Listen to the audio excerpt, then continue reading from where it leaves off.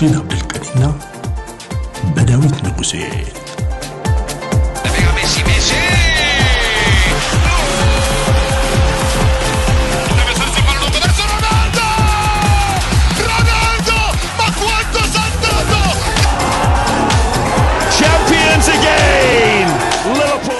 HD Sports ተናስተልን በያላችሁበት የኤችዲ አድማጭ ተመልካቾች እንዴት ናችሁ? ኤችዲ ስፖርትስ ጀምሯል። ተወዳጁ ብስራት ኤፍኤም 101.1 ላይ እንገኛለን። ፕሮግራማችንን ነው ጀመረ። ለአንድ ሰዓት የሚዘልቅ ፕሮግራም ነው። አርሰናል እንግዲህ ባክ ቱ ባክ ለመጀመሪያ ጊዜ ሽንፈት ደርሶበታል። ሁለቱም የጥሎ ማለፍ ጨዋታዎች ናቸው። አንዱ የፍጻሜ ጨዋታ ነበር። እንግዲህ ዋንጫ አጥቷል በሲቲ በ90 ደቂቃ ተሸንፎ በድጋሚ እንግዲህ ከኢንተርናሽናል ብሬክ በኋላ ተመልሶ ደግሞ በኤፍኤ ካፑ ብዙም ግምት ባልተሰጠው ሳውዛምተን ወደ ደቡብ እንግሊዝ አቅንቶ እንግዲህ ተሸንፎ ተመልሷል። ብዙዎች እንግዲህ አርሰናልን ሽንፈት አሁንም በቀጣይ ጫና ቡድኑ ላይ ሊያመጣ ይችላል በሚል የጥርጣሬ ሐሳብ እንዲያነሱ አድርጓል። ምናልባት እንግዲህ ከሰሞኑ የታየ የሲቲ መነቃቃት ይመስላል። እንደ ተለመደው እንግዲህ በፕሪሚየር ሊጉም ይሄን ዋንጫ ሊያጣ ይሆን፣ በቻምፒየንስ ሊጉ ላይ ተጽዕኖ ይፈጠርበት ይሆን የሚሉ ሐሳቦች በርክተው መጥተዋል።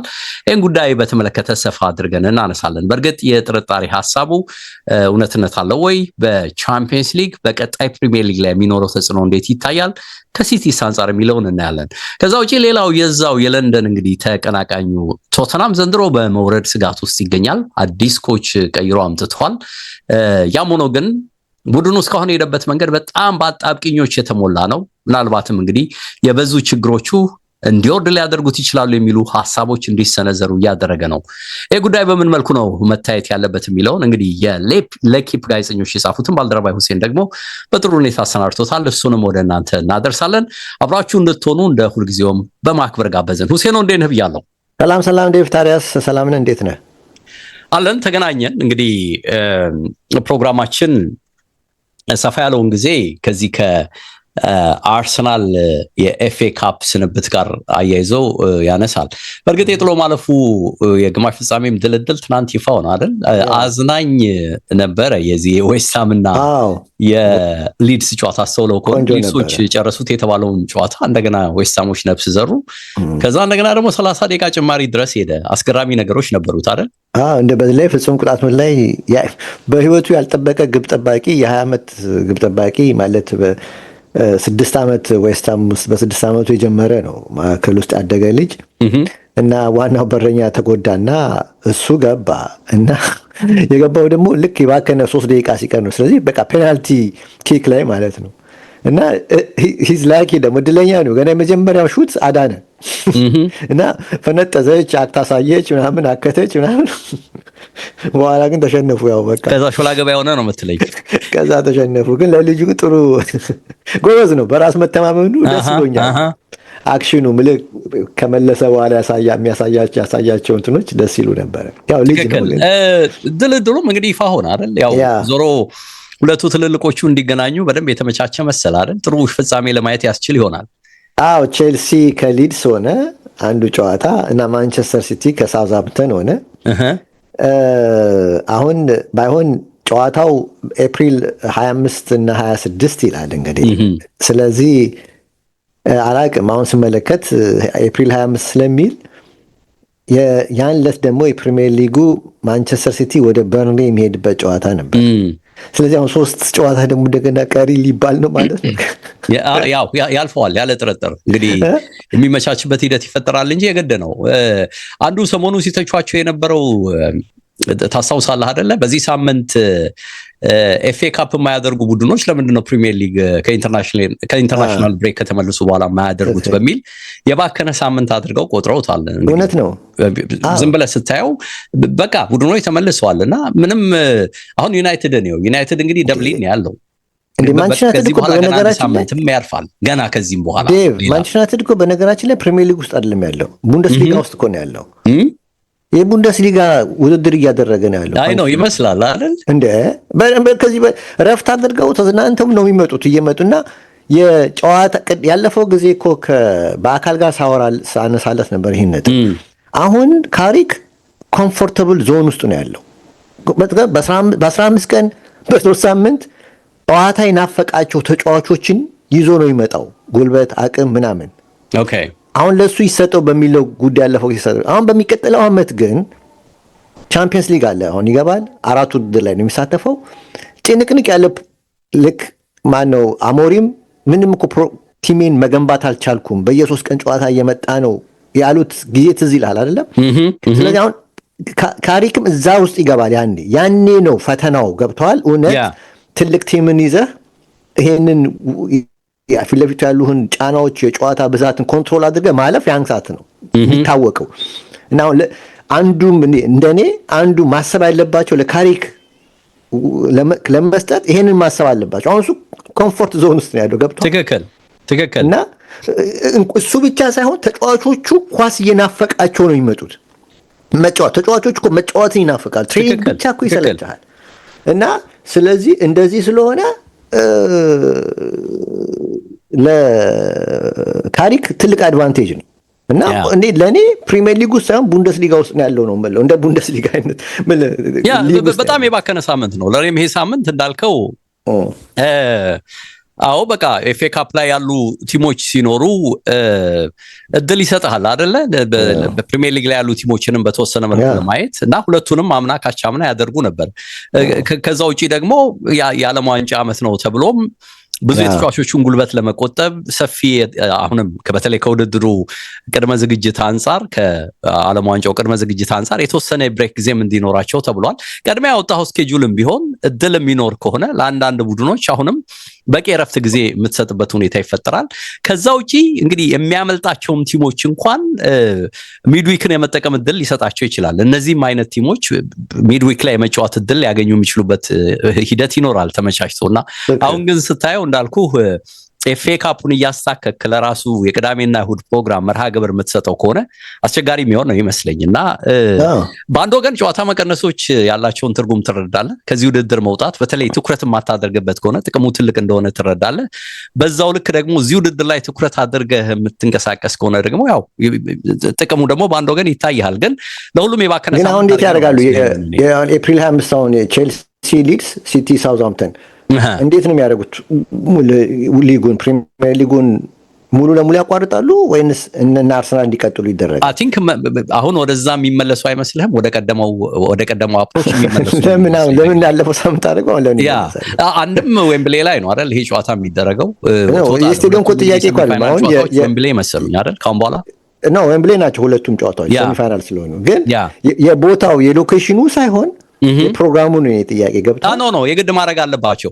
በኤፍኤ ካፕ ምክንያት የተሸጋሸጉ ጨዋታዎች በሚል ሲያነሱ ነበረ። የተገፉ ጨዋታዎች ከወዲሁ በሚል ፕሮግራሞች ሳይ ነበርና ተጽዕኖ በምን መልኩ ነው የሚሆነው የሚለውን እናያለን። ግን የሚመስለኝ የፕሪሚየር ሊግ ሳምንት አብሮ ይከናወናል የሚል ነው። የግሌ መልከታ ነው፣ አላውቅም። ግን የወጡ መረጃዎች እንዳሉ አስባለሁ። ምናልባት እንግዲህ ጊዜ ካለን አንዱን መረጃ በምናነሳበት ጊዜ ይሄንን እኛ ስንሰራ ቀድመን ስለሆነ አሁን ለጊዜው አልወጣም። ፕሮግራሙ ፈለግ ማድረግ የምንችል ይመስለኛል።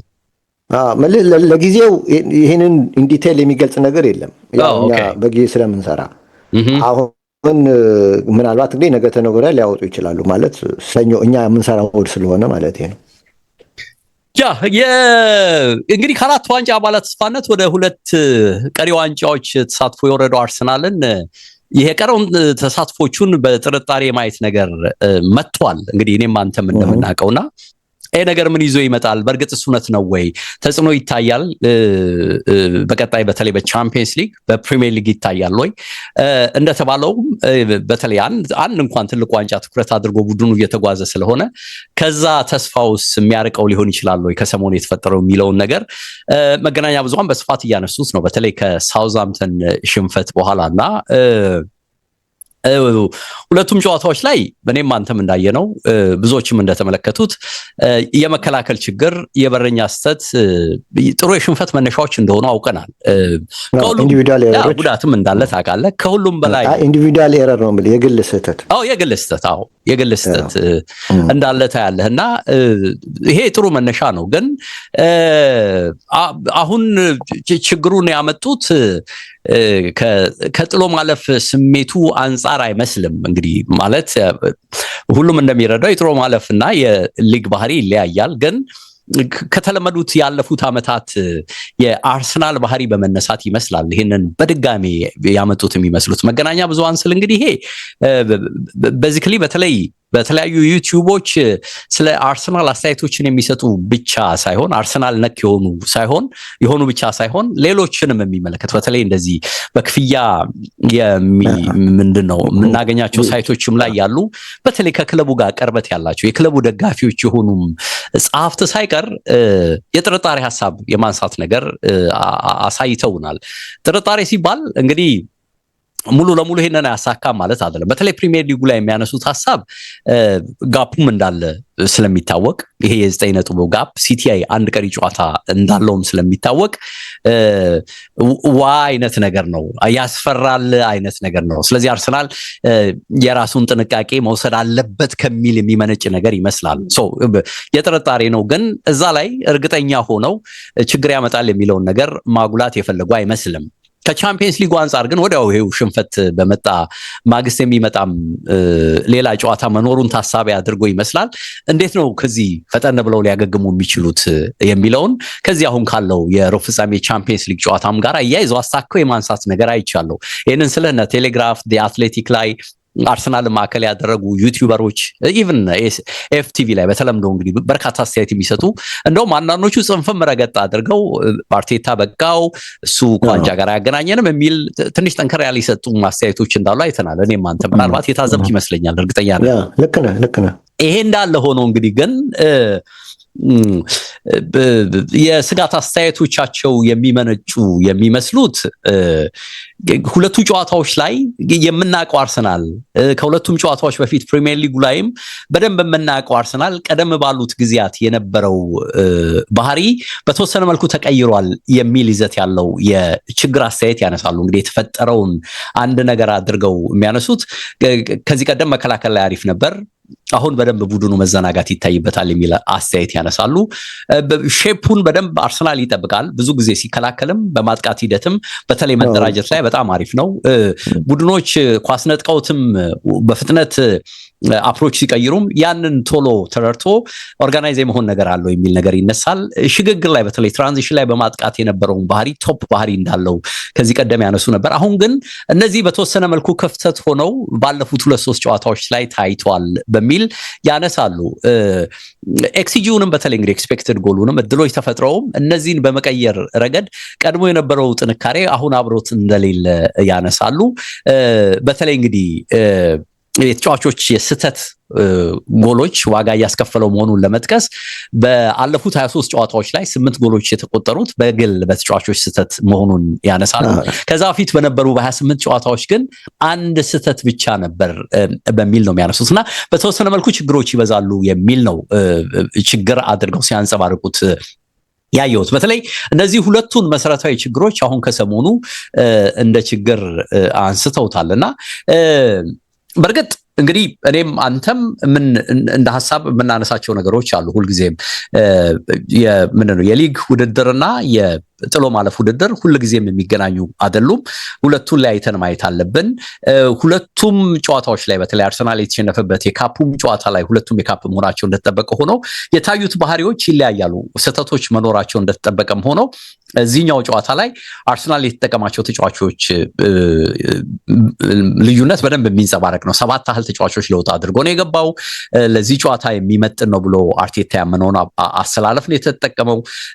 ብዙዎች እንግዲህ ቀድሞ ዋሽቶናል ከተጫዋቾች ጉዳት ጋር በሚል ያነሱ የነበረውን ነገር በእርግጥም የተወሰኑ ተጫዋቾች ከላይናፕ ውጪ ኢቭን ከመደበኛው ላይናፕ ውጪ መሆናቸው ሲታይ እውነትም እዚህም እዛም ያሉ ትንንሽ የሚመስሉ ግን ጉዳቶች ቡድኑን አሁንም እያመሱት እንዳሉ ማሳያ ሆነው እንደቀረቡ ማሳያ ሊሆኑ እንደሚችሉ ማየት ያለብን ይመስለኛልና ይሄ ሊታመን ይችላል፣ ጥርጥር የለውም።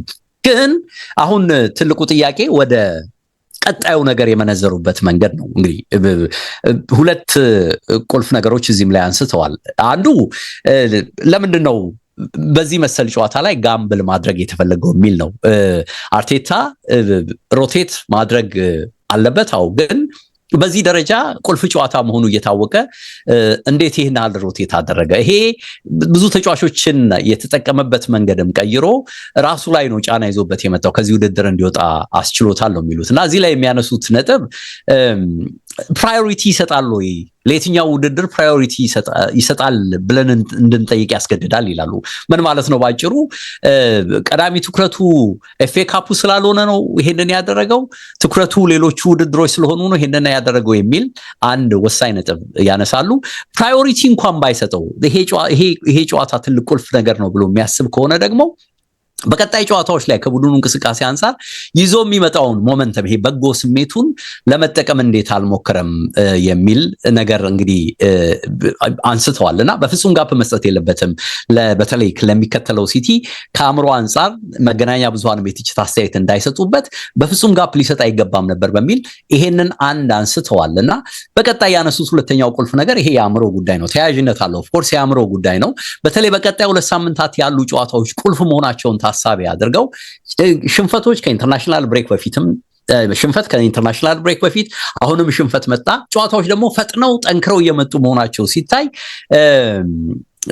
ቀድሞ ይታይበት ከነበረው ባህሪ አንፃር አሁንም ክራክ እንዳያደርግ የመስጋት ነገር አለ፣ የአእምሮ ጥንካሬ ነገር እንዳይመጣ።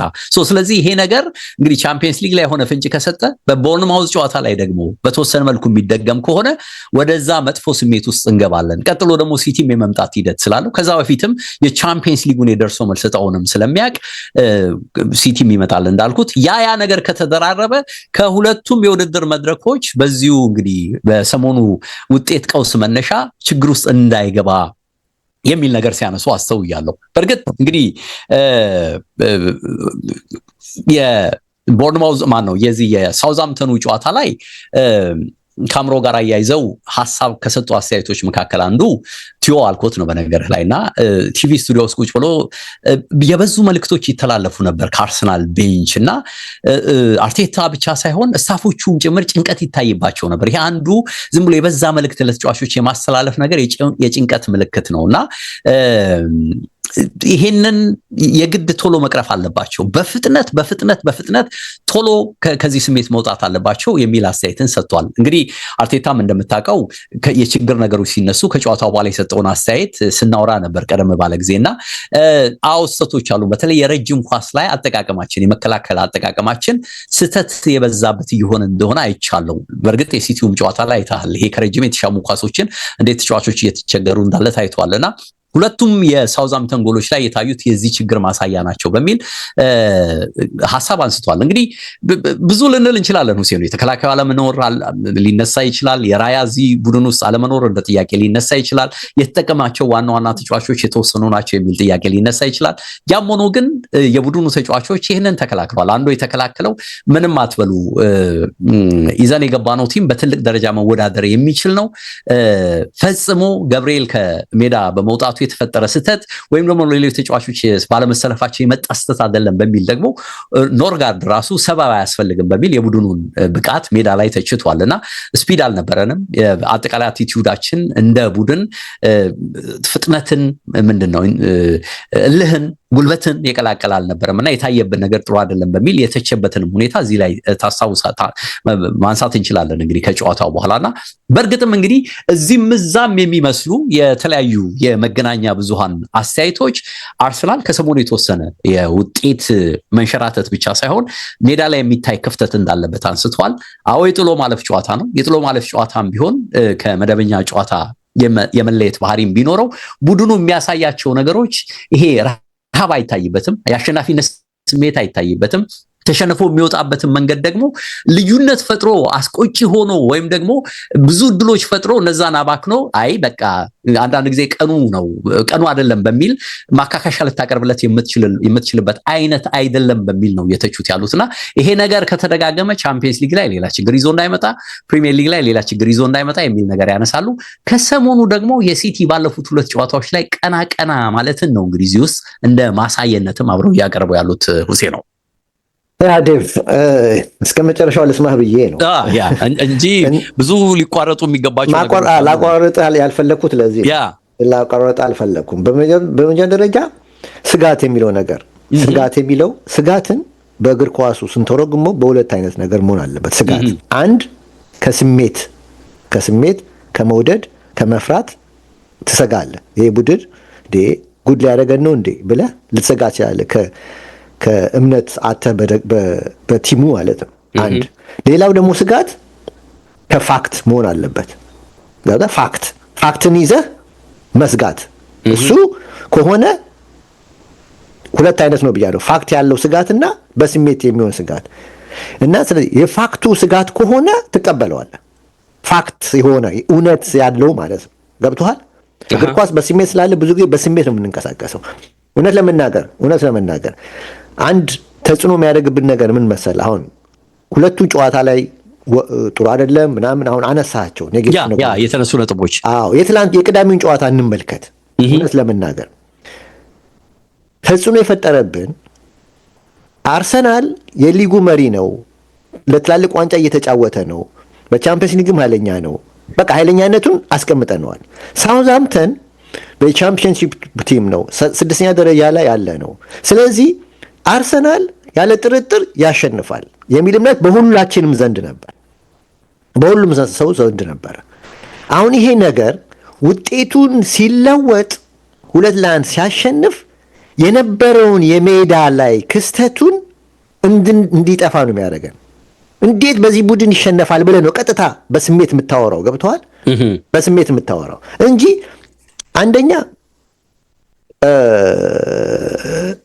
ከውጤቱ በስተጀርባ ለምንድን ነው የስፖርት እንትኖች አሁን ቅድም ኤክስጂው ደካማ ነው ምናምን ብሎ ቁጥር ጠቀስክ። እስቲ የሳውዝሃምፕተንና የአርሰናልን ጨዋታ በሳውዝሃምፕተን ሜዳ ላይ የተፈጠረውን እንመልከት። ውጤቱ ስታቱን ውሰድ። በቦል ፖዚሽን 64 ለአርሰናል ነው። ኤክስጂው 1.61 ለ1.21 ነው። አሁንም አርሰናል ነው የሚለው። ሹት ያደረገው አርሰናል 23 ሹት ነው ያደረገው፣ ያኛው 8 ነው ያደረገው። ፔናልቲ ቦክስ ውስጥ አርሰናል 60 ጊዜ ነው ተች ያደረገው፣ ያኛው 18 ነው የነካው። ስለዚህ ምኑ ላይ ነው አርሰናል ቁጥሮች የፎርም ስታቱ ከተነሳ ምንም ደካማ ነው የምንልበት ምክንያት ምንድን ነው? ልዩነቱ ምንድን ነው? 2-1 መሆናቸው ብቻ ነው። ስኮር ቦርዱ ብቻ ነው ልዩነቱ። እግር ኳስ ማለፍ ያለብህ በጎል ስለሆነ አልፏል፣ አድናቆት ትሰጣለህ። ከዛ ውጭ ግን ኢንዲቴል ከገባህ ግን መሸማቀቅ አለብህ። እንደውም ይሄን አስተያየት የሚሰጠው ሰው መሸማቀቅ አለብህ ኢንዲቴል ከገባህ። ገብቶሃል ብለህ ዲቴል ውስጥ ከገባህ። ምክንያቱም ዲቴሉ የሚገልጽህ 23 ሹት አድርገህ ለ8 ሹት አድርገህ ፔናልቲ ቦክሱ 60 ተች አድርገህ እንዴት ነው ዶሚኔት ተደርጋል የምትለው? እንዴት ነው ዶሚኔት ሊደረግ የሚችለው? ዴቭ እንዴት ነው ይሄ? ለእኔ አይዋጥልኝም። ይቅርታ አድርግልኝ፣ ይሄ አይዋጥልኝም። እግር ኳስን ብለን እግር ኳሱን ሴንተር አድርገን የፎርምና የውጤትን ነገር ካነሳ ውጤት ከተነሳ ተሸንፏል። የስ ከዛ ውጪ አሁን ስጋቱ ስሜት አይደለም ለማለት ስጋቱ ፋክትስ አዘል አይደለም ልፈልጌ ነው። አንደኛ ያቀረበው ስኳድ ሮቴሽን ለምን አደረገ በዚህ ትልቅ ጨዋታ ላይ የሚል ሮቴሽን ባክፋየር አደረገን ያሉት። አዎ ኢንተርናሽናል ጨዋታ እያለው ብሔራዊ ቡድን ጨዋታ እያለው አሰልጣኙ ከአሰልጣኞቹ ጋር ግንኙነት ፈጥሮ እንዲመጣ ያደረጋቸው ለኤፍኤ ካፕ አይደለም፣ ለኤፍኤ ካፕ እንዲጫወቱ አይደለም።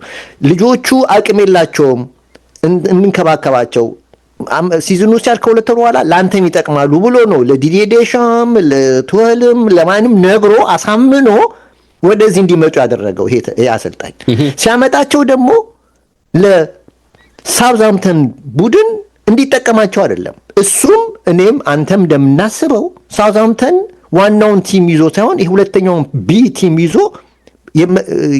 አሸንፋለሁ የሚል እምነት ነው እንጂ ያለው። ኦፍኮርስ ቻሌንጅ ሊኖር ይችላል። ምክንያቱም አቅም ጉልበት ያለው ንጹህ የእንግሊዝ ቲሞች ናቸው የሻምፒዮንሺፕ ቲሞች እና አቅምና ሜዳው ላይ ነው። በስፕሪት ነው የሚጫወተው፣ ድጋፍ አለው ምናምን ያ እንዳለ ሆኖ ቻሌንጅ ግን ሁለተኛው ቲም ለዚህ ብቁ ነው ብሎ ነው የሚያስበው። ይሄ ማሰቡ ደግሞ ትክክል ነው ዴቭ፣ ትክክል ነው፣ እግር ኳሳዊ ነው። እና ስለዚህ አሁን እነዚህን ልጆች ሲያሰልፍ ስትመለከተው ጎልኪፐሩ ኬፓ ነው የመጨረሻውን መስመር የያዘው፣ ቤንች ነው። ባክፎርን ስትመለከት ጋብርኤል ብቻ ነው ስታርቲንግ ላይናፕ ውስጥ የሚገባው፣ ሶስቱ ቤንቾች ናቸው። ሚድ ላይ ኦድጋርድ ገብቷል። ኦድጋርድ ላለፉት 2 ወር ይህን ዓመት ብዙም አገልግሎት የማይሰጥ ነው። እሱን እንኳን እሺ ስታርቲንግ ላይን አፕ ተጫዋች ነው ብለን ከወሰድን እንውሰደው። ከዛ ውጪ ጂሰስ ማርቲኔሊ ቤንቾች ናቸው። 2-11ኛ ማለት ነው።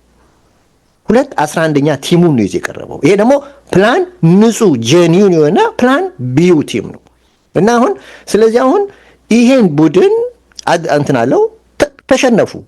ፐርፎርማንስ አሁን አሳማኝ አይደለም። ምንም አልፈጠሩም። 23 ሹት አድርገህ 60 ጊዜ ፔናልቲ ቦክስ ውስጥ ገብተህ ምንም አልፈጠርክም ማለት በቃ ሰውን እያጃጃልከው ነው ማለት ነው። ለእኔ የሚገባኝ ይሄ ነው ዴቭ፣ ይሄ የሚገባኝ እና ስለዚህ አሁን ይሄ እነዚህ ልጆች ይዞ ተሸነፈ፣ በቃ ተሸነፈ፣ ወጣ ከውድድሩ። ፕሪሚየር ሊጉ ግን ለምሳሌ ይሄ ጨዋታ የቅዳሜው ጨዋታ አርሰናል ማሸነፍ ስላለበት ብቻ በራሱ ብቻ የተወሰነ ጨዋታ ነበር። ማሸነፍ ነበር። ስለተሸነፈም ነው የወጣው። ሌላ ነገር አጠገቡ እሱ ውጤት ላይ ተጽዕኖ የሚፈጥር ነገር የለም። በፕሪሚየር ሊጉ ግን ያው የጥሎ ማለፍ ጨዋታ ነው። ጥሎ ማለፍ ጨዋታ ማለት የ90 ደቂቃ ውጤት ማለት ስለሆነ ነው። በሊጉ ግን ሌላ ሳይኮሎጂ ነው ያለው። አርሰናል ብቻውን አይጓዝም በሊጉ። እሱ ቅዳሜ የሚቀጥለው ሳምንት ቦርንማውዝን ሲያስተናግድ አሸነፈም ተሸንፎ እንበል ለምሳሌ በቦርንማውዝ ተሸንፎ ማንቸስተር ሲቲ ቀጥሎ ከሰዓታት በኋላ ወደ ብሪጅ ይሄዳል። ብሪጅ ላይ ከተሸነፈ የአርሰናል ሽንፈት ዋጋ የለውም እኮ ገብቷል። እዚህ ጋር ዋጋ የለውም። ስለዚህ የአርሰናል ሽንፈት የሚያመጣበት ነገር ምክንያቱም ሲቲ ተሸነፋ። ስለዚህ አሁን በአርሰናል ማሸነፍና መሸነፍ ላይ የተመሰረተ አይደለም ሊጉ። የተመሰረተው በአርሰናልና በሲቲም ተደምሮ የሚመጣ ውጤት ነው የሚወስነው እና ስለዚህ ሁለት የተለያዩ ሳይኮሎጂዎች ናቸው ያሉት። ገብተዋል። ባህሪያቸው የተለያየ ውድድር ነው። እኔ ሁል ጊዜ የሚገርመኝ ዴቭ በአርሰናል ላይ ብቻ ትኩረት ተደርጎ ነው ሚዲያው ሁሉ አስተያየት የሚሰጠው። ኢቭን የአርሰናል ደጋፊዎች አይደለም የሚዲያው ኦፍኮርስ ምንም ማድረጋቸው በሚዲያው አእምሯቸው ስለሚለወጥ አትፈርድባቸው። ምክንያቱም ሚዲያ አዋቂ ነው ብለን ስለምናምን እንቀበለዋለን እና ያ ችግር እንዳለ ሆኖ ምክንያቱም ሁሌ የምናስበው ሲቲ ፖዚቲቭ ነው፣ አርሰናል ግን መሰናክል። አሁን አርሰናል በዚህ ሁኔታ ከተሸነፈ ይልሃል። አሁን ቅድም አንተም እንዳልከው በዚህ ሁኔታ ከቀጠለ ይሸነፋል። ምን ዋስትና አለ ሲቲ ለማሸነፉ? ሲቲ ትላንትና የሊቨርፑል ለት 4-0 ስላሸነፈ ሜዳው ላይ ወይንስ ከ15 ቀን በፊት በፕሪሚየር ሊጉ ላይ ዌስትሃም ላይ ነጥብ የጣለ ኖቲንጋም ፎሬስት ሜዳው ላይ ነጥብ የጣለ ውጭ ወጥ ዌስትሃም ላይ ነጥብ የጣለ ቡድን ነው። እነዚህ ሁለቱ ቡድኖች ደግሞ ኔክስት ይር 90% ቻምፒዮንሺፕ የሚገቡ ቡድኖች ሊሆኑ ይችላሉ። እነዚህ ሁለቱ ቡድኖች ያው ሳውዛምተን በላቸው። ሳውዛምተን ምክንያቱም ቶፕ ሲክሶቹ ኦልሞስት ከፕሪሚየር ሊጉ ታች ሲክሶች ጋር የተመሳሰለ ፎርሙላ ያሉ ናቸው፣ ተመሳሳይ አቅም ያላቸው ናቸው እና ስለዚህ አሁን ይሄ ቡድን ኖቲንጋም ፎሬስት ላይ አስታውሳለሁ፣ አርሰናል ኖቲንጋም ፎሬስት ላይ ሄዶ አቻ ስለወጣ ተባለ። ማንቸስተር ሲቲ ግን ሜዳው ላይ ነጥብ ተጥሎ አሁንም አርሰናል ላይ ነው እንጂ ማንቸስተር ሲቲ ዘንድሮ ዋንጫ አይበላም አልተባለም አሁንም እና ስለዚህ ይሄ እነዚህን 18 17 18 እና 19 ላይ ያሉ ቡድኖችን ማሸነፍ ያልቻለ ቡድን ምን ያህል እርግጠኛ ነህ ብሪጅ ላይ ሄዶ በሚቀጥለው ቼልሲ እንደሚያሸንፍ? ምን ያህል እርግጠኛ ነህ ኤቨርተን እንደሚያሸንፍ? ምን ያህል እርግጠኛ ነህ ቦርንማውዝን ሄዶ እንደሚያሸንፍ? ምን ያህል እርግጠኛ ነህ? አሁን በዚህ በኤፍኤ ካፕ ሁለቱ ጨዋታ ላይ ለምሳሌ የአርሰናልን ጨዋታ ከተመለከት አርሰናልና ሲቲ እኔ እንደውም ቅድም ስነግርህ ነበር አይመንጋሉ ጊዜ ከጨዋታ በኋላ ሳቀርብለት አንተ ሁሉ ጊዜ ኤክስኪውዝ ትፈልጋለህ ይለኛል። ለአርሰናል ሽፋን ትፈልጋለህ ይልሃል። አዎ በቃ ለሱ ሽፋን ትፈልጋለህ። ግን የሽፋን መፈለግ አይደለም። የሲቲን ጨዋታ ብትመለከት ለአንድ ሰዓት ኦን ታርጌት ሹት ማድረግ ያቃተው ቲም ነበረ ሲቲ። ለአንድ ሰዓት ነው የፈጀበት። የመጀመሪያው ኦን ታርጌት እኮ በበረኛው ስህተት የተገኘ ጎል ነው። የመጀመሪያው ስህተት ሁለት ኦን ታርጌት ነው ያልከው፣ ሁለቱም ገባ እና የመጀመሪያው የበረኛው ስህተት ጎል ነው። አንድ ሰዓት ግን አልቻለም። አርሰናል ባገኘበት ጊዜ ፈርስት ሃፍ ላይ መጠቀም ሳይችል በመቅረቱ ነው። ሊቨርፑልና ሲቲን ውሰድ። ሊቨርፑል መሐመድ ሳላ የቀድሞ የአምነው መሐመድ ሳላ ቢሆን ሃትሪክ ሰርቶ መውጣት የሚችልበት ጨዋታ ነበር። ያን ግን ሲሊ ፔናልቲ ሰጧቸው፣ አነሷቸው በቃ። እና በዚህ ላይ ደግሞ ሲቲ ላይ ነው ያሉት በቃ። እና ይሄ ኦፍ ኮርስ ፊት ላይ ያሉት አጥቂዎች በጣም ሻርፕ ሆነዋል። አሁን የሚያገኙትን አጋጣሚዎች ይጠቀማሉ። የስ ግን ጊዜ ይፈልጋሉ። ገብተዋል ሲቲዎች። እና ከዛ ውጭ ግን አዌይ ማች ላይ ሲቲ ትልቁ ችግር ቻምፒየንስ ሊግ ስታየው በደካማው ቲም እኮ ነው ሲሸነፍ የነበረው። ማድሪድ እኮ የዘንድሮ ማድሪድ እስከ ዛሬ ከተገነቡት ማድሪድ ደካማው ማድሪድ ነው ከአሰልጣኙ ጭምር። እሱን እንኳን ማሸነፍ ያልቻለ እኮ ነው ሜዳው ላይም ውጭም የ5 ጎል ጎተራ ሆኖ ከወጣ ቡድን ነው። ሰው ከምን ተነስተን ነው አሁን በግድ የምንገፋው ሲቲን ወደ አርሰናል ሻምፒዮን እንዲሆን መገፋፋት? አይገባኝም። እና ይሄን ደግሞ እኔ እናንተ የምናወራውን ነገር ዴቭ፣ እኔ እናንተ የምናስበውን ነገር ወይ የምናገረውን ነገር በእርግጠኝነት የአርሰናል ሰዎች ያስቡታል። የአርሰናል ስኳድ አርቴታ ያውቀዋል፣ ተጫዋቾቹ ያውቃሉ። ኳሱን እኮ ያውቁታል ተጫዋቾቹ። ስለዚህ ይሄንን በሚገባ ያውቁታል። እና እኔ ምልክ የሚዲያው ጩኸት ነው እንጂ እኔ እንደውም ስነግር ነበረ ቅድም የፈረንሳይ ብሔራዊ ቡድን 98 ዓለም ዋንጫ ላይ በጣም የሚዲያ ጫና ነበረበት። ሌኪፕ ፍራንስ ፉትቦል ሁሉም የሚጽፉት ሁሉ ራዲዮ ፍራንስ ሁሉም ውርጅብኝ ነበረበት፣ ቴሌፎን ጨምሮ በኤሜዣኬ ላይ። ኤሜዣኬ ምንድን ያደረገው በዛ ሰዓት ሚዲያ አትዩ ነው ያላቸው። ለአንድ ወር ከሚዲያ ራቁ፣ በቃ አናይም፣ ትኩረታችን በዓለም ዋንጫ ላይ ብቻ። ምክንያቱም ዓለም ዋንጫ አግኝታ አታውቅም ፈረንሳይ። ሁለቴ ልክ እንደ አርሰናል ሁለቴ ግማሽ ፍጻሜ ደረሰች፣ ሁለቴ በጀርመን ተሸነፈች። ዓለም ዋንጫን አግኝታ አታውቅም። ስለዚህ አሁን ትኩረታችንን ይህን አድርገን ይህን አጋጣሚ እንጠቀም፣ በትኩረት ሚዲያውን ትተነው እንጠቀም አሉ። ቴን አፍተር ልክ እንዳሉት ዋንጫውን በሉ። እያንዳንዱ ጋዜጠኛ ይቅርታ ነው የጠየቃቸው በቃ። እና ስለዚህ አሁን አርሰናልም አርቴታ አሁን ከባድ ነው ዘመኑ። ያኔ ቲክቶክ የለም፣ ፌስቡክ የለም፣ ማህበራዊ ሚዲያ ተጽዕኖ አሁን ጎልጿል። ረባሽ ሚዲያ በጣም አለ፣ የሚረብሸው በጣም ይረብሻል። እና ስለዚህ አሁን ከባድ ነው ያንን ለመቆጣጠር በጣም ከባድ ነው። ግን ያኔ ግን ምን ያህል እንደጠቀማቸው የፈረንሳይ ቡድን ጥሩ ምሳሌ ነው ለማለት ነው። አሁን የእንግሊዝ ሚዲያም አሁን ሁሌ ጊዜ አርሰናል የሆነን ብቻ ሸርተት ካለ ጥሎ ማለፍም ይሁን ምንም ይሁን ከሊጉ ጋር ያገናኙታል። አሁን ይሄ ሰውዬ የመጣው አርቴታ የ22 ዓመቱን በሽታውን ነቀርሳውን እንዲያወጣላቸው ነው በቃ እንጂ ካፕ ምናምን አይደለም። በኋላ መለስብለታለሁ። እንደው ሚዲያውን በተመለከተ አሁን ባለፈው ጊዜ አንድሪያን ዱርሃም አስተያየት እና ሪዮ ፈርዲናንድ አጠናክሮታል እሱን አስተያየት። በተለይ በዚህ በማክስ ደውማን ላይ መውጣት አለበት የሚሉት አባባል ሲናገሩ ምንድነው ምሳሌ ያቀረቡት? መውጣት ያለበትን ዋናው ምክንያት ያቀረቡት ሉዊስ ስኬሊ እያያችሁት ነው። ያኔ መሰለ ልጅ አርቴታ ቤንች እያደረገው ነው። ኗኔሪን እንደዚሁም እንዳያድግ አድርጎ ለኦሎምፒክ ደ ማርሴይ ሰጠው። ስለዚህ አሁንም ማክስ ዶማንም እዚህ ቲም ውስጥ መከራው ነው ይውጣና ራሱን እንትን ይበል።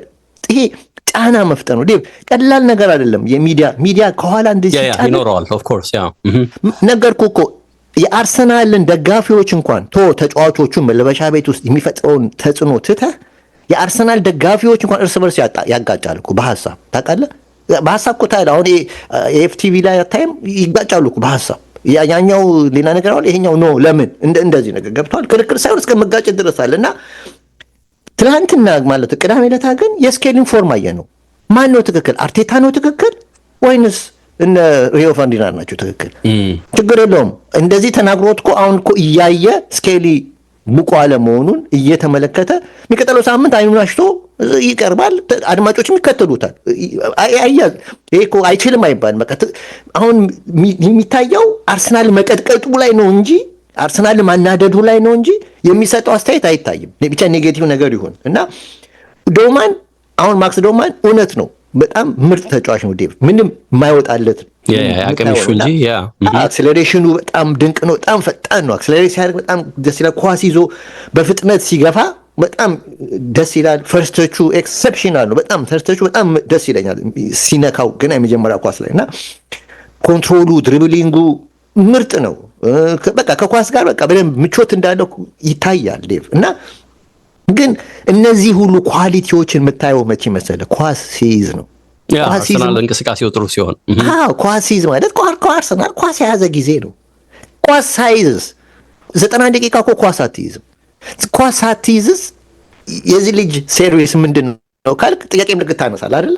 አሁን በቀደም ዕለት ለቀዳሚ ዕለት የገባው ጎል ኦድጋርድ ወዳላ ተረከዝ ሰጣ አየውም ሰጥቻለሁ ብሎ ጨርሷል። ኦድጋርድ እሱ ይኖራል ብሎ ነው ዶማን አጠገብ ይኖራል ብሎ ነው ይሆናል ብሎ አላ እሱ ግን ያኛው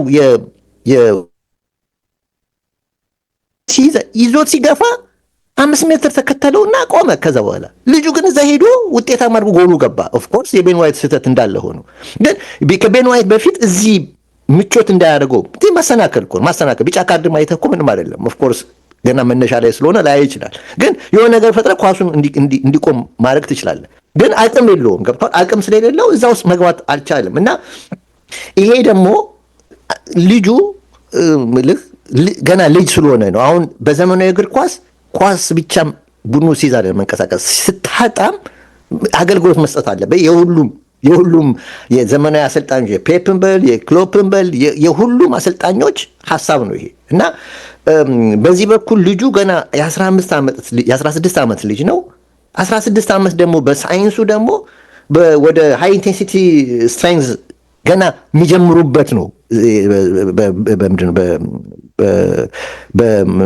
እንትን ውስጥ በጂም ውስጥ ብረታን ከ18 ዓመት በላይ ስትሆን ነው የጥንካሬ ብረቶች እና እንትኖች የምታነሳው ያኔ ነው።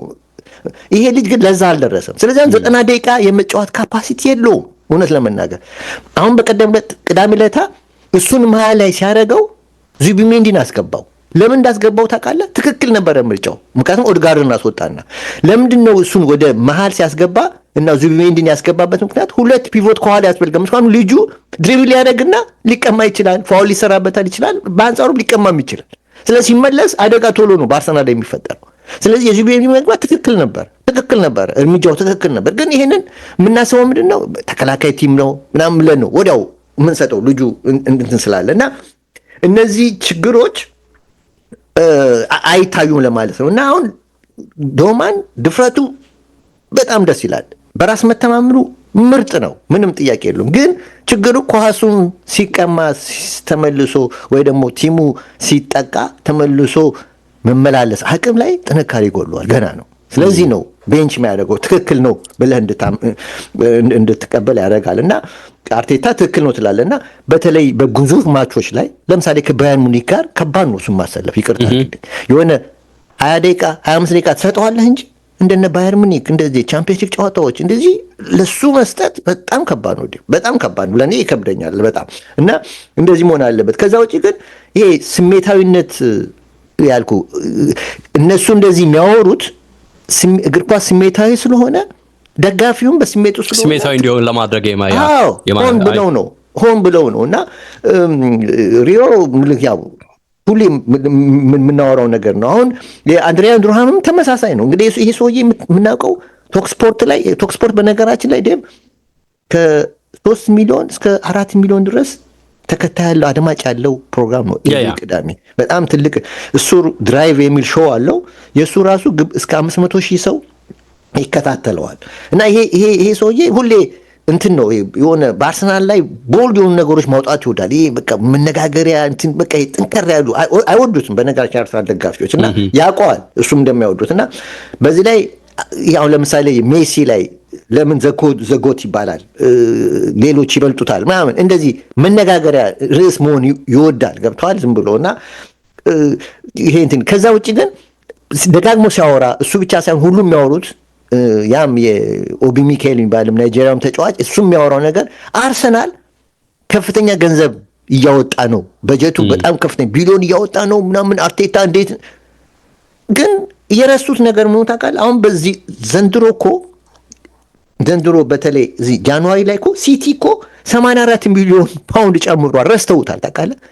ድሮ አርሰናል 3ኛ ነበር። አሁን እኮ አርሰናል ወደ 4ኛው እኮ ገብቷል። ሊቨርፑል 415፣ ቼልሲ 282፣ ሲቲ 263፣ አርሰናል 255 ነው። እንደዚህም ሆኖ እጅ ተፈቶም ለዚህም ነው እንደዚህ አስደንጋጭ ጥሩ ቲም ምልህ የፕሪሚየር ሊጉ መሪ ሆኖ እንዲቀመጥ ያደረገው ይሄ ነው። እስከዛሬ ገንዘብ ባለመውጣቱ የአርሰናል ደጋፊዎች እንትን ሊሉ ይችላል፣ መቆጨት አለባቸው። አንዴ ሲያወጣ ይኸው ደንበኛ ተቆጣጣሪ ሁለት የጨመራቸው ተጫዋቾች ብቻ ምን ያህል ተጽዕኖ ፈጣሪ እንደሆኑ አይተናል። ሲቲ ላይ አስበው ሁለት ተጫዋቾች ብቻ ጨምሮ ምን ያህል አሁን የነዚህ ሁለት ተጫዋቾች መምጣት የፔፕ ጋርዲዮላን ስም ላይ ሊሰቅለው ነው። ግን የተጫዋቾቹ መምጣት ነው ውጤታማ ያደረገው እንጂ የሱ እንትን አይደለም። ገንዘብ ስላለው በቀላሉ ስለሚያወጣ ነው። እና ለዛ ነው እና ሲዝኑ ሲጀመር አርሰናል የተነሳው የተሰጠው ግብ ለአርቴታ ፕሪሚየር ሊጉ ነው። ይሄን 22 ዓመት ነቀርሳ አውጣልን ነው እንጂ ኤፍኤ ካፕ ወይም ካራባኦ ካፕ አምጣልን አይደለም። ዴቪስ ሲያስበው አሁን ሁለቱን ኤፍኤ ካፕ በልቶ ፕሪሚየር ሊጉን ባይበላስ ምንድነው የነበረው? እንደ ፌለር ነው የሚቆጠረው። በፕሪሚየር ሊጉ ነው ቻምፒየንስ ሊጉን ማምጣት ብቻ ነው ትልቁ ግብ ሊሆን የሚችለው። እና ታርጌቱ ይሄ ነው። ይሄ ደግሞ ለዚህ ተነሳ።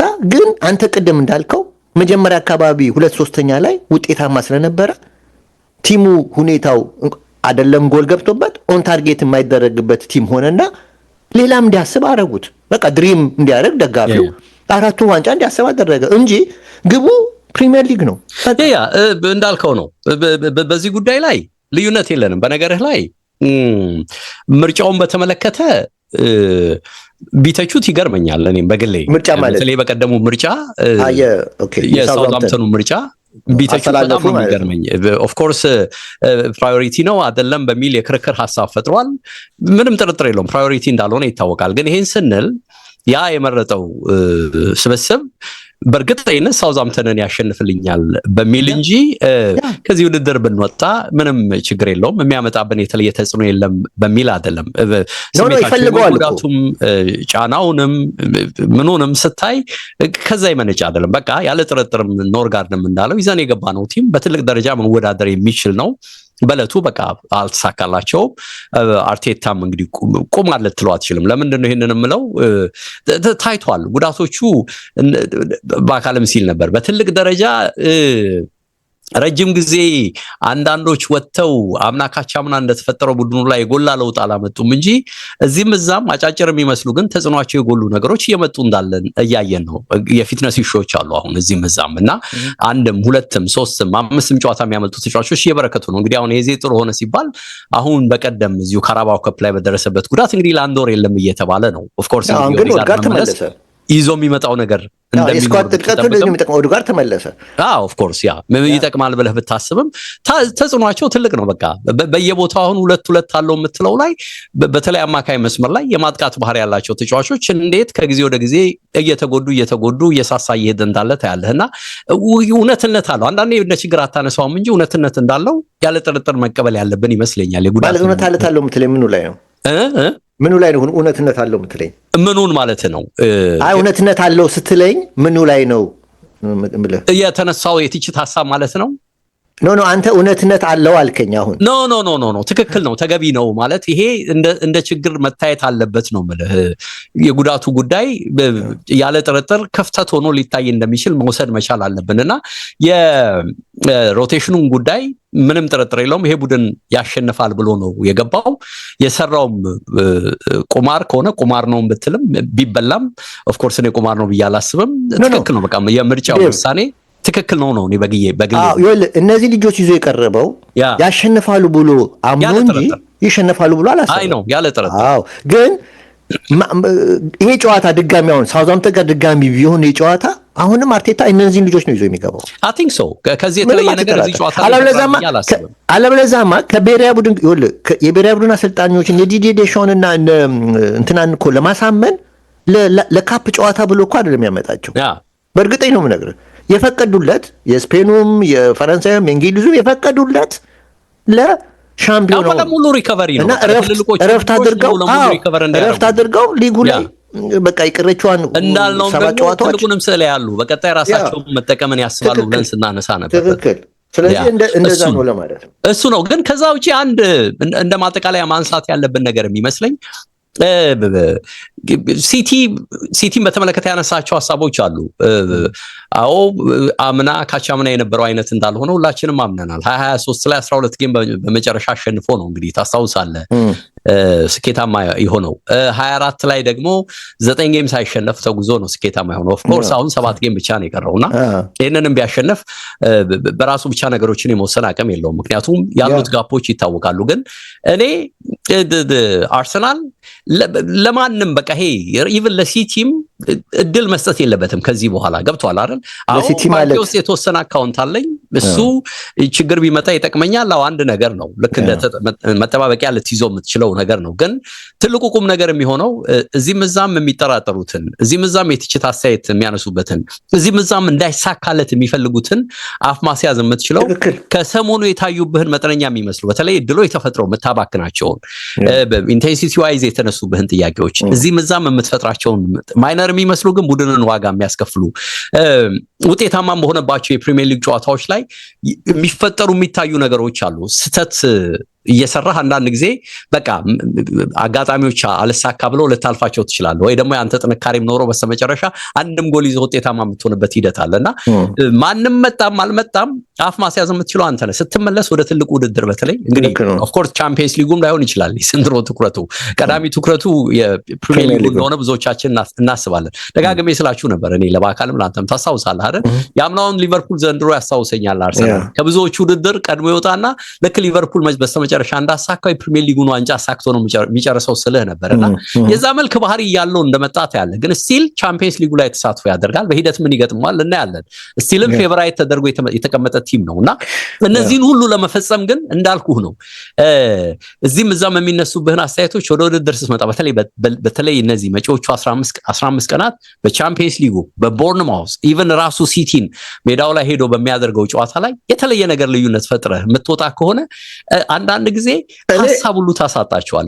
የሚመጡ ሚዲያዎችን ሐሳብ ታሳጣቸዋል። ኢቨን ርዕስ መርጠው ሲመጡ የሚገርምህ ነገር ከመቆጨት ከበስጭት በቃ ያልጠበቁት ከመሆን ይሄ አንዳንድ ጊዜ በዘመናዊው እንግዲህ ሚዲያ ምንድነው ጽሁፉን አዘጋጅተህ እኮ አንዳንድ የቀድመህ ተዘጋጅተህበት የተወሰኑ ነገሮች አስተካክለህ አይደል ወዲያው የምትለቀው መቀዳደምም ነገር አለውና ያንን ሁሉ ነው የምታዛባባቸው በተለይ እንደዚህ ስኬታማ ሆነህ የምትወጣ ከሆነና አርሰናል ባሉት ቀሪ ጊዜያቶች ላይ እንደዚህ አይነት አሁን የሚፈጠሩ መጠነኛ የሚመስሉ ክራኮችን እንደ በጎ ነው መመንዘር ያለበት ብዬ የማስበው። እንደልህ እንደ መነሳሻ ነው ሊጠቀምባቸው የሚገባው ብዬ ነው የማስበውና ይሄንን ካረጋ ያለ ጥርጥር አንዴ መስመሩን ስለያዘው በዋንጫ ትደመድመዋለህ። ያ ከሆነ በቃ ከዛ እነሱ ሚዲያው ፕሪሚየር ሊጉ ላይ ነው ወጥመድ እሱን ካገኘ በቃ የሚቀጥለው ዓመት ለሚቀጥለው ዓመታት እኮ በቃ 3-4 ዓመት በቃ አይነሳም።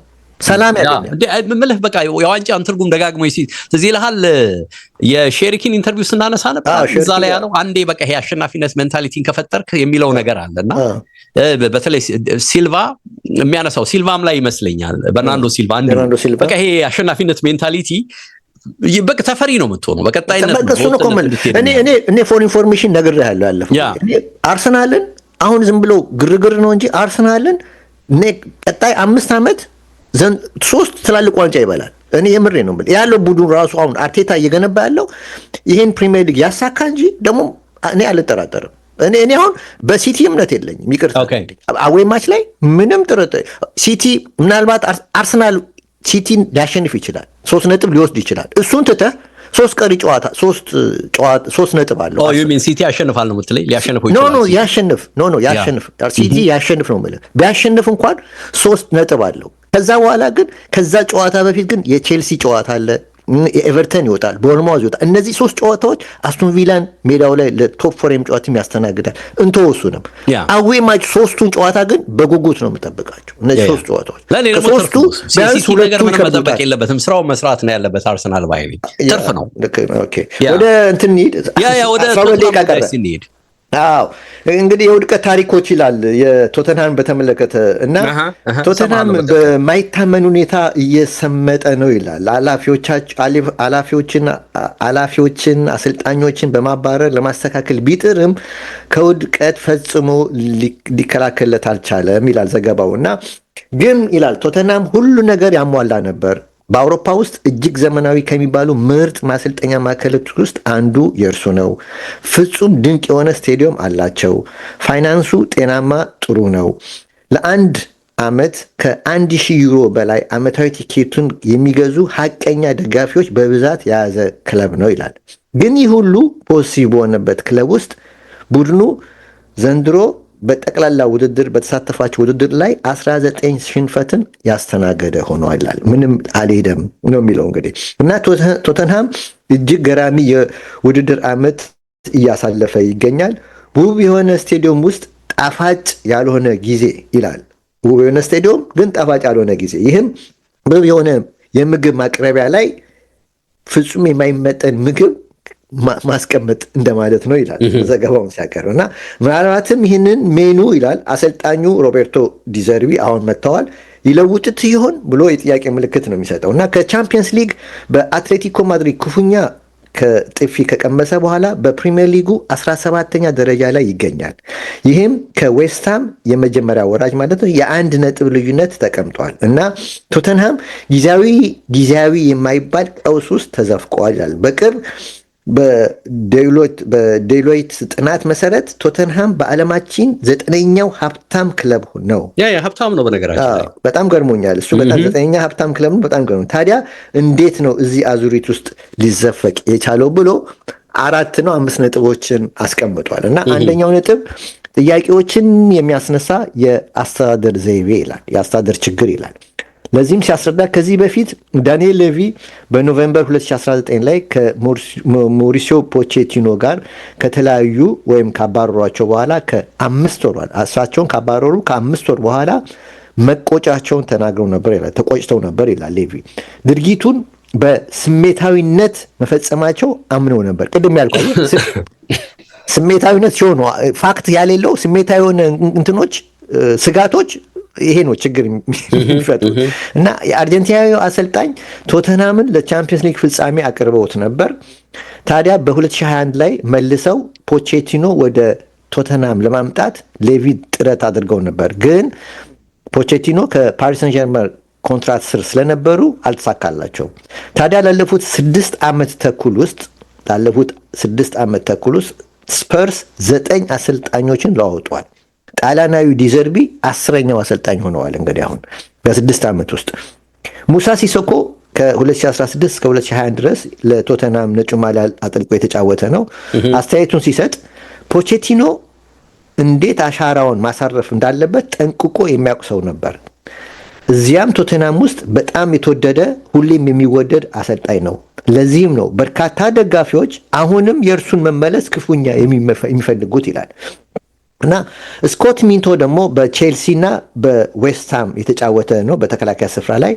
ዛሬ በቶክ ስፖርት ላይ እንግዲህ ኮንሰርታት ሆኖ እየሰራ ነው። በዛ በገገማ ሰውዬ ባለበት ማለት ነው አብሮ እየሰሩ ነው። እና ይሄም ኮንሰርታት ሲናገር ጆዜ ሞሪኖ ትልቅ ክላስ ያላቸው አሰልጣኝ ናቸው ይላል። ከማንቸስተር ሲቲ ጋር የካረባኦ ካፕ ፍጻሜ ከማድረጋቸው ከ5 ቀን በፊት እንዲለቁ ተደርገዋል ይላል።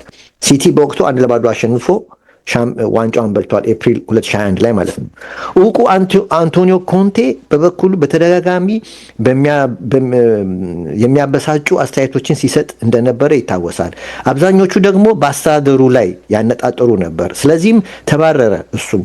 ሌላው ቀርቶ ኑኖ ኤስፒሪቶ ሳንቶ እንኳን በቂ ጊዜ አላገኙም ይላል ይሄ ኮንሰልታንት። እና ገና እግራቸው ሳይደርቅ ነው ያባረሯቸው ይላል። እና ይሄ ከፍተኛ አሰልጣኝ በረጅም ጊዜ አለመስጠት ትልቁ ችግር ነው ይላል። ሁለተኛ የአስተዳደር ለውጥ ተጽዕኖ ይላል።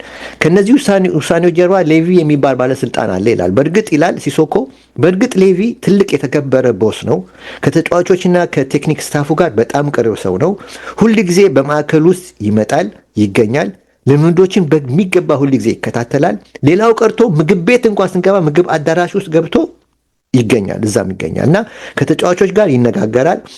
በእውነት ልብ ውስጥ ቶተንሃም አለ ይላል፣ ክለቡ አለ ብሎ ቃሉን ይሰጣል ሲሶኮ። እና ሌቪ እንግዲህ አሁን ከ25% በላይ ባለ አክሲዮን እንደመሆናቸው የበላይ እሳቸው ናቸው። ሁሉ ነገር የሚከታተሉት እሳቸው ናቸው። ሆኖም ያለፈው የውድድር ዓመት በቶተንሃም በ17ኛ ደረጃ ላይ በመጨረሱ እጅግ ሲበዛ ጫና ላይ ወድቀው ብዙዎች ክለቦች ኃላፊዎች እንዲነሱ አድርጓቸዋል እና ተነስተው በሴፕተምበር ላይ ሌቪ ከኃላፊነት እንዲነሱ ተደርጓል። በእሳቸውን ቦታ ፒተር ቻሊንግተን እንዲሆኑ ተመድበዋል። በነገራችን ላይ ቶተንሃም የተያዘው በኢኤንአይሲ ግሩፕ ነው። 87% የተያዘው በዚህ ግሩፕ ነው።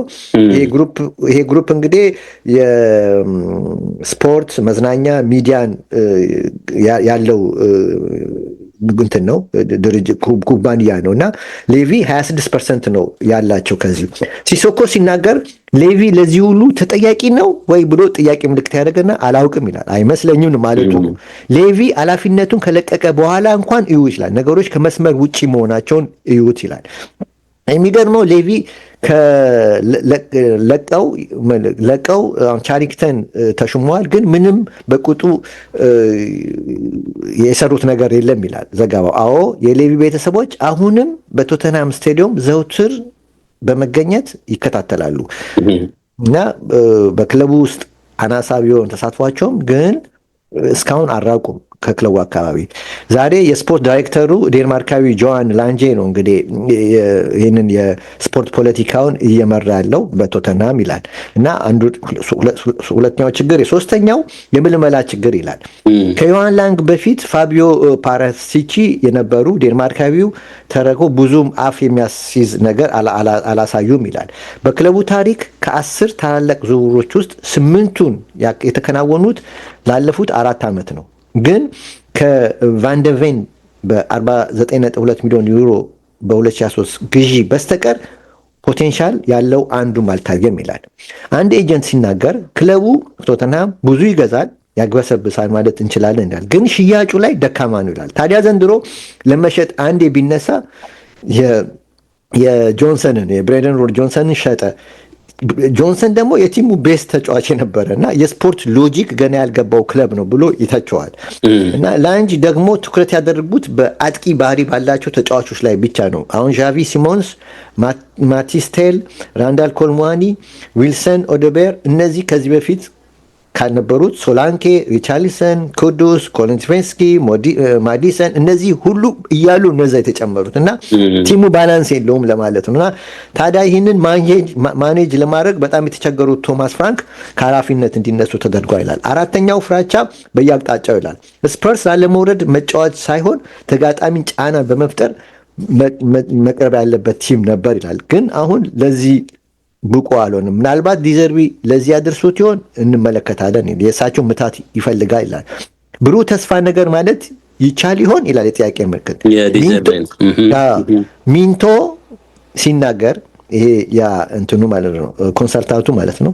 በፍጹም ይላል አንድ ሰው ቶተንሃም ዘንድሮ አይወርድም ብሎ የሚከራከር ከሆነ አለ ይህም ማለት በሲዝኑ ቶተንሃምን በትክክል አልተከታተለም ወይም በጭፍን ላለመውረድ ጠንካራ ቡድን ነው ብሎ በጭፍን የሚደግፍ መሆን አለበት እንጂ ቶተንሃም አደጋ ላይ ነው፣ የመውረድ ዕድሉ ሰፊ ነው የሚል ይወርዳል ነው።